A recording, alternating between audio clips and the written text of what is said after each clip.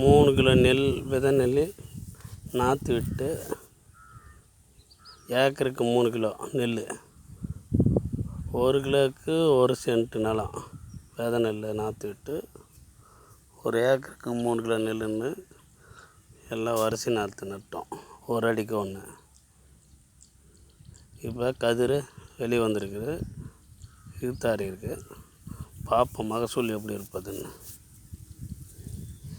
இது எந்த அளவுக்கு மகசூல் நடக்குதுன்னு பார்ப்போம். பெயர் பாளையம், இளவம்பேடு, அனும்பட்டு, பொன்னியர் தொகுதி.